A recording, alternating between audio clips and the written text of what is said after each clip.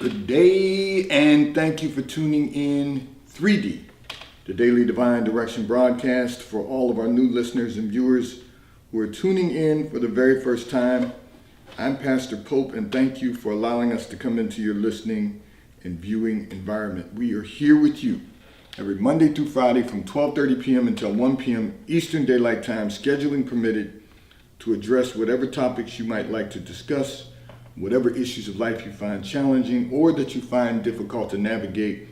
God is concerned about that which concerns you. And that is the reason that we are here with you in 3D, the Daily Divine Direction broadcast, broadcasting live from the FijiWater.com sponsored studio, where we are here Monday through Friday from 12:30 p.m. until 1 p.m. Eastern Daylight Time, scheduling permitted, to address everything that is important to you. And today's Daily Divine Direction broadcast is brought to you by Fiji Water, Earth's finest water. You may already know that Fiji water comes from Fiji. However, did you know that it is created by nature? It is untouched by man. It starts as a tropical rainfall which slowly filters through layers of volcanic rock, where the water collects in a natural, sustainable artesian aquifer, where it is bottled right at the source, free from human contact until you unscrew the blue cap. Fiji Water, Earth's finest water, will be delivered right to your front door when you subscribe for delivery, and you'll save money at FijiWater.com. This is not just ordinary water. This is Earth's finest water at FijiWater.com. And for those of you who continue giving on the contribution pages of our websites at New Life Ministries International.com and New Life International CDC.com, those of you that use the QR code or the link provided on Facebook and YouTube, and those of you that are now using Zelle on the T-Mobile caller text line at 267-992-1424, we thank all of you for your support and for your commitment as we fulfill our commitment to God to be here for you in 3D, the Daily Divine Direction broadcast. So I want to remind all of our listeners and viewers that we want to stay connected with you throughout the week. Even if we are off the air, we want to stay connected with you through our internet radio station, WKAPfaith.com, where we play music 24 hours a day, 7 days a week, 365 days a year. Music that will encourage you, empower you, and inspire you to become the best version of ourselves that we can possibly become. And we want to invite you to worship with us on Sundays at New Life Christian Center, 400 Hillcrest Avenue, Wilmington, Delaware, 19809. Service begins at 10 a.m. 10 a.m. We have so many great things going on at New Life right now, and we are excited because we have expanded our food pantry. We have, if you know someone that's in need of food, we have food pantry every Thursday from 11 a.m. until 1 p.m. every Thursday. So you are welcome to come and pick up for someone that you may know.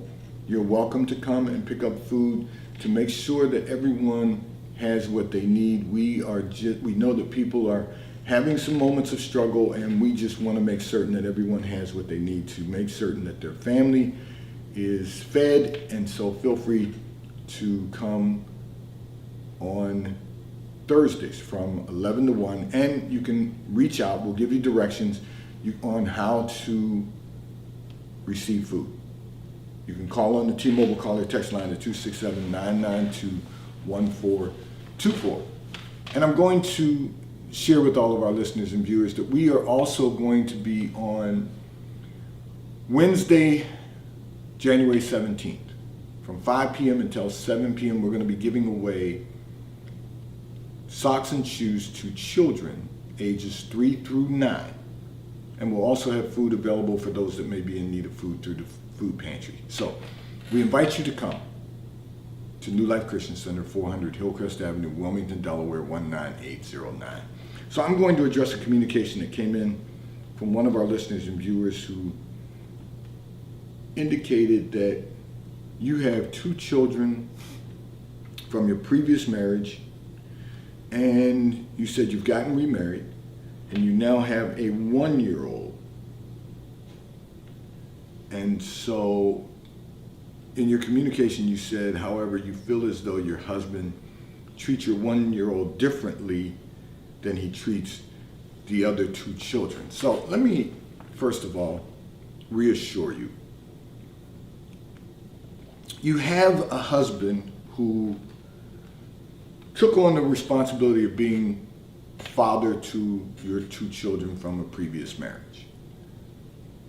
That in itself takes someone with responsibility to be willing to do that and enjoy doing that.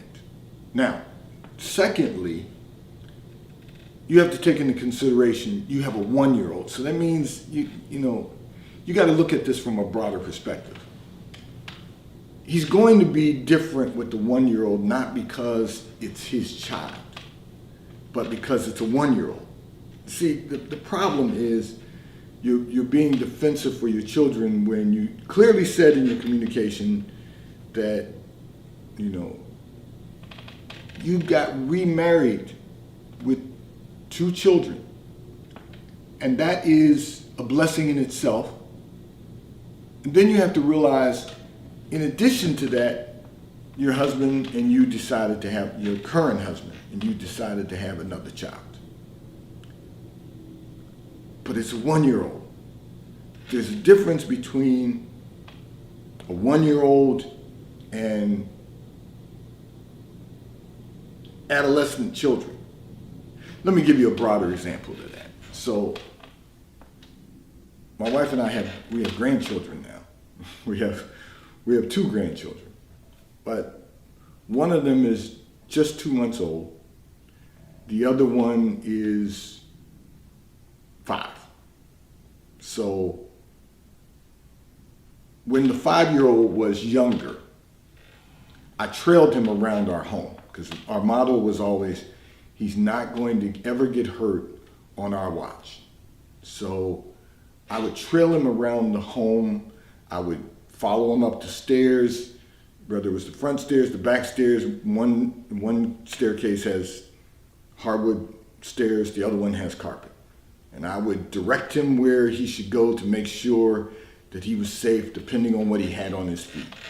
Whether he came downstairs with barefooted or whether he came downstairs with socks on, which we always tried to tell him wear socks that, there's some grips on the bottom. So you're always monitoring what smaller children are doing. So much so that he would always say, he started saying to me when he could talk, he always calls me Poppy. He said, Poppy, why do you follow me up the stairs? And I would say to him, because I want to make sure that you don't get hurt. That's my job. But he was younger.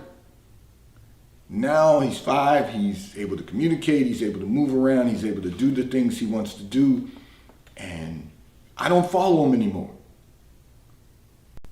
It's not because I don't love him the same, because I absolutely adore him, but it's because he's older now. So I can watch from afar and allow him to move around and do what he needs to do and make sure he's safe, but that he has some flexibility because he's older now.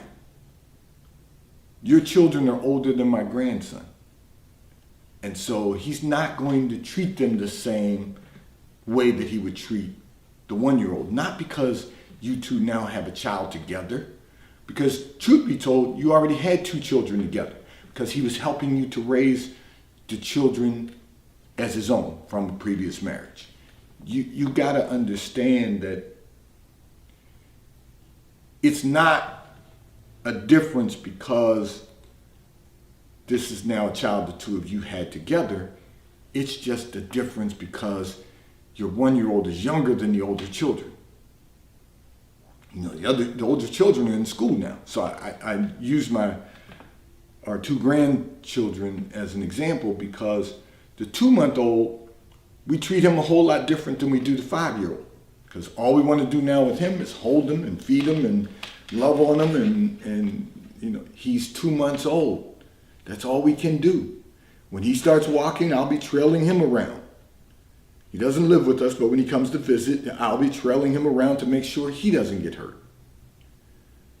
But it's because He's younger than his older brother now.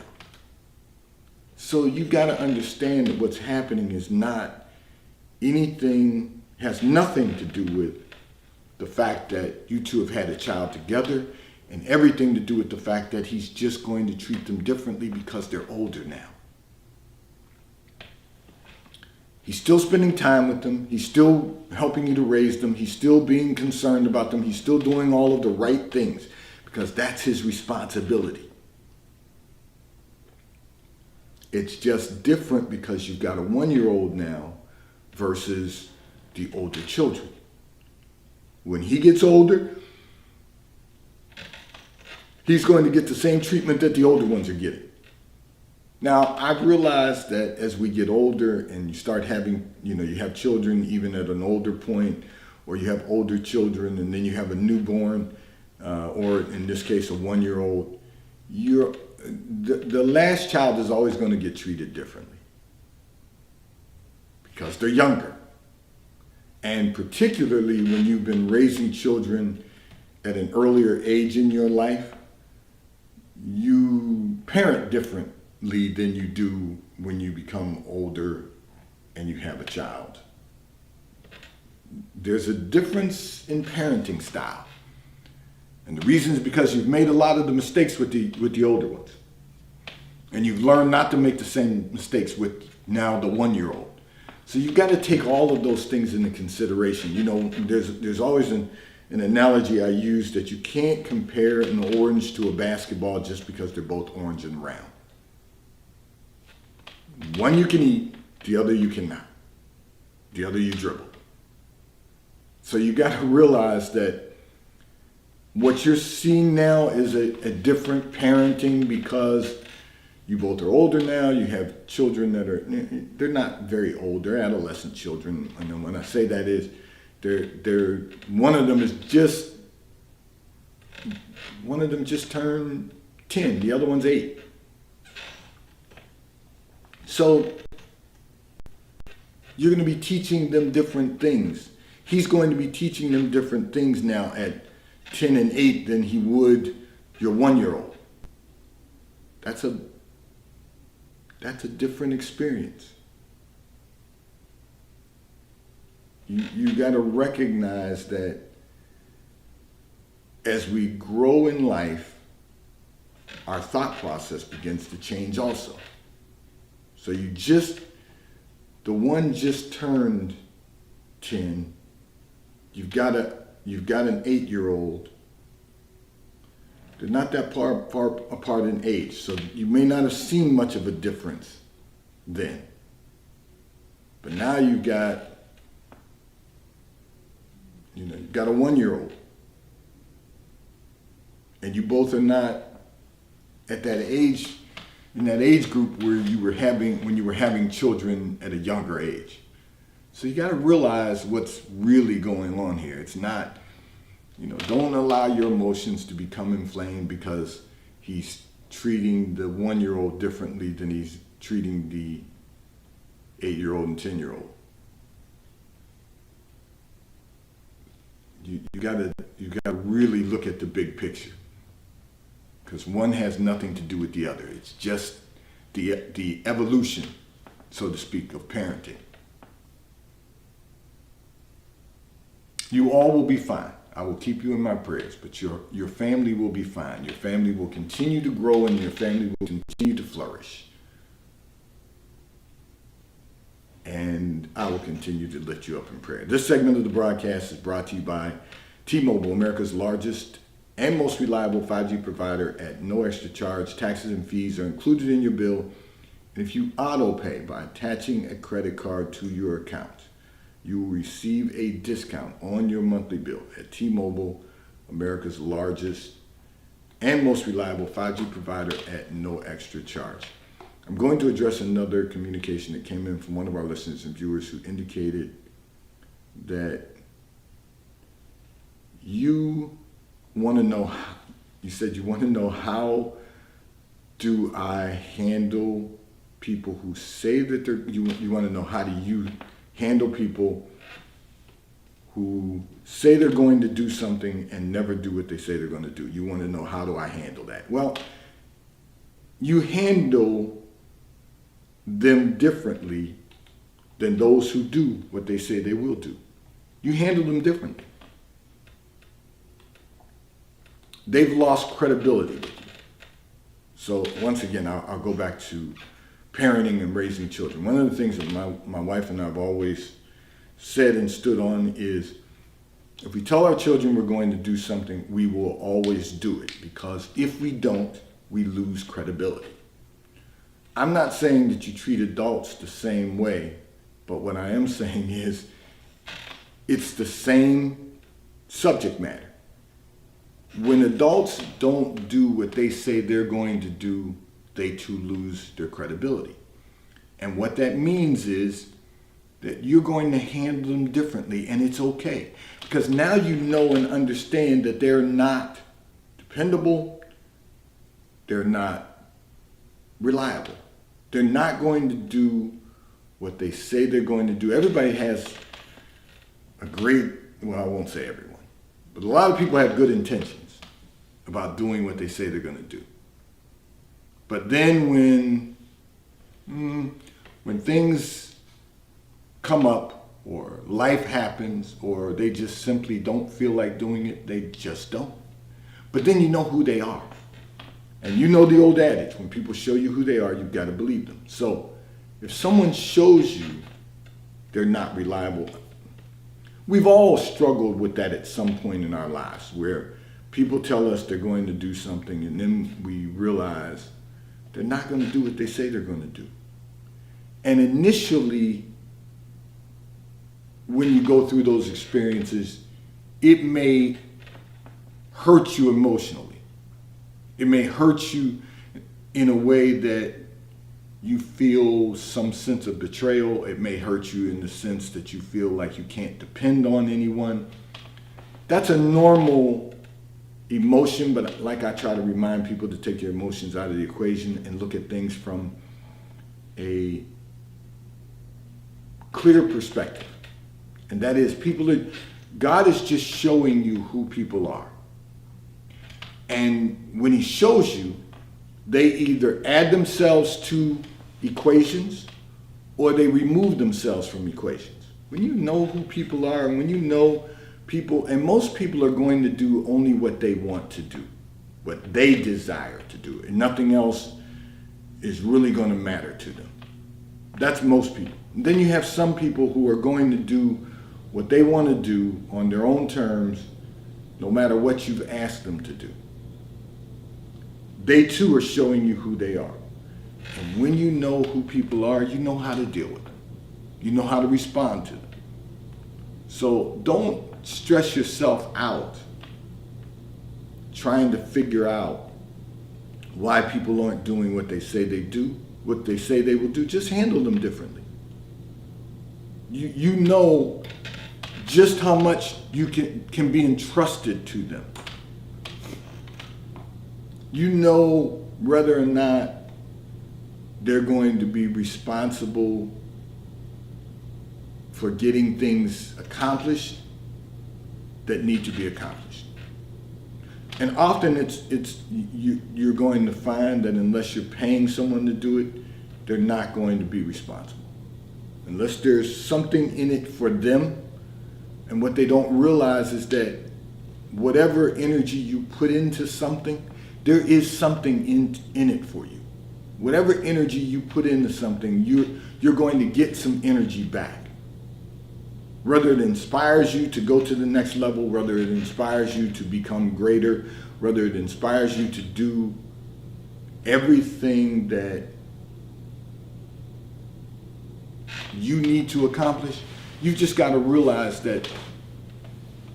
So you ask me, how do I handle people who, well, I've come to a place now where I realize, and that was your question, so I'm going to address that also. You do want to know, how do you handle people who don't do what they say they're going to do, but you ask me, how do I handle it also?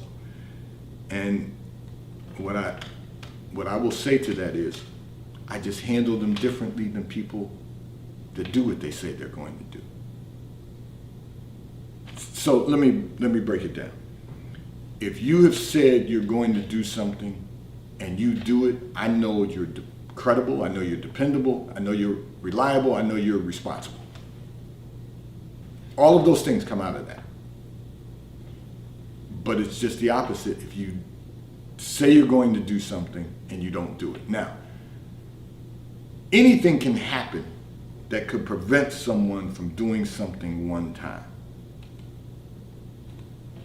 But it's not going to continue to happen. And if it continues to happen, that's an excuse. So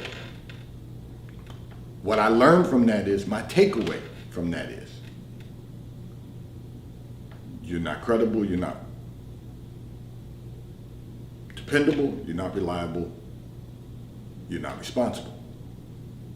Because you're going to move as the wind blows. Whatever comes up, whatever you feel like you'd rather do, you're going to do that. And once I know that, then I know I can only entrust you with so much. Because you're only going to be able to handle so much responsibility. You're only going to be reliable when it fits within your day, evening, weekend, whatever the case may be. You're not going to be dependable, so I can't depend on you for anything. Because that's your personality. And the credibility issue becomes, you'll say anything. You know, I'll give you an example. I was reading scripture this morning, and the Bible says that people with their mouth, with their hands will worship God, but their heart is far from him. So what he's saying is, you can open your mouth, lift your hands and worship him. You can say whatever you can say, I love the Lord, all day long. But if you don't put any work into that, it's just a mouthpiece. It's just saying, I love the Lord. But the heart is not near him. And it's the same thing with people. When they say they're going to do something and they don't do it, it means that their heart is not in it. Not going to do it. It just sounds good at the moment. It may feel good to them at the moment. But as time goes by and the time comes to perform, they're not going to perform the task at hand. You just handle them differently than you handle those who do exactly what they say they're going to do. This segment of the broadcast is brought to you by PorscheAmerica.com. So if you are in the market for a high-performance automobile, one of the finest high-performance automobiles ever manufactured, go to PorscheAmerica.com, where you will have the opportunity to virtually build out the Porsche you desire to own. And if you're in our area, you can just simply go to PorscheDelaware.com, ask to speak to Mike Didio, who is the general manager at PorscheDelaware.com. He will have someone assist you in selecting the vehicle you desire to own. And if you are currently a Porsche owner and are just in need of service, go to PorscheDelaware.com, ask to speak to Mike Adams, who is the service manager. He will have someone schedule an appointment for you. They will pick up your vehicle at your home or office, drop off a loaner vehicle to you, and return your vehicle to you when your service has been completed at PorscheDelaware.com. I'm going to address another communication that came in from one of our listeners and viewers who indicated that your significant other does not like the fact that you hang out with other guys. And you said, how do you make him understand that these are just guys that you hang out with and there's nothing else involved? Well, here's the first problem. The first problem is you've identified the person you're dating, the person you may be in a relationship with, as a significant other. He's not significant. He's not significant to you, or you wouldn't be hanging out with other guys. Because what you're really doing is you're just hanging out. So he's not your significant other. So one of the things you've got to realize, and this is for all of our listeners and viewers, everyone has a role in your life. You have to identify the role. And you can't mislabel them. You can't mislabel the role, because you begin to believe that their role is one thing when it is something entirely different. Something entirely different. And what I mean by that is, you can't call someone your significant other, tell him he's your significant other, and you still want to hang out with other guys. Because basically what you're doing is you are keeping men in your life in the event, first of all, that this relationship doesn't work out. Break glass, pull lever. You've got someone to call in the case of an emergency, the emergency being the relationship comes to an end. The other thing is, you're hanging out with other guys and, they're buying you or paying for meals, buying wine for you to drink, drinks, and you're doing all of the things that people do when they're dating, that they date. The world does when they're dating. But then you're calling him your significant other, which translation means you want to have your cake and eat it too. And the reality is that sooner or later, the cake will be gone. And I'll give you a visual. Someone orders a cake for you, brings a cake to your home, and you cut a slice out of it. And you eat that slice. Then you cut another slice, and you eat that slice. And you cut another slice, and you eat that slice. Days go by, but eventually the cake is gone. And depending on how fast you eat the cake, determines how long it will last. What I'm saying to you is, if someone presents you with a cake and you decide, I'm going to save the cake today and eat it with others tomorrow, the cake will be gone, but you won't be the only one eating it. I want you to follow where I'm going with this. So the reality is, you're sharing your cake with other people, but the cake's going to be gone.